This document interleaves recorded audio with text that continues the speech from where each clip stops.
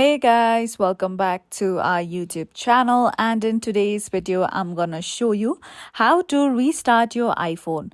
So one thing you can do in order to restart your iPhone is enabling AssistiveTouch, which is this circle right here on your iPhone screen.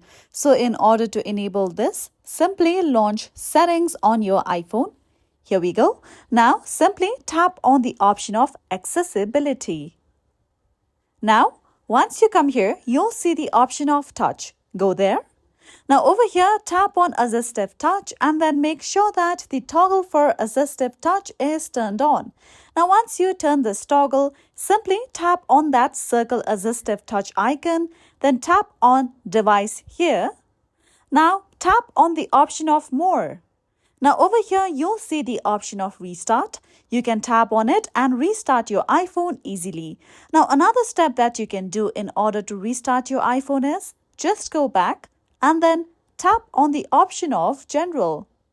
Now simply scroll down below and you can tap on the option of Shutdown.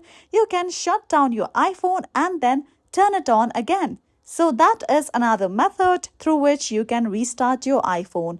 Also, another step that you can follow is just long press on the volume up button and power button at once on your iPhone device, and then you can simply shut down your iPhone, and after that you can restart your iPhone again.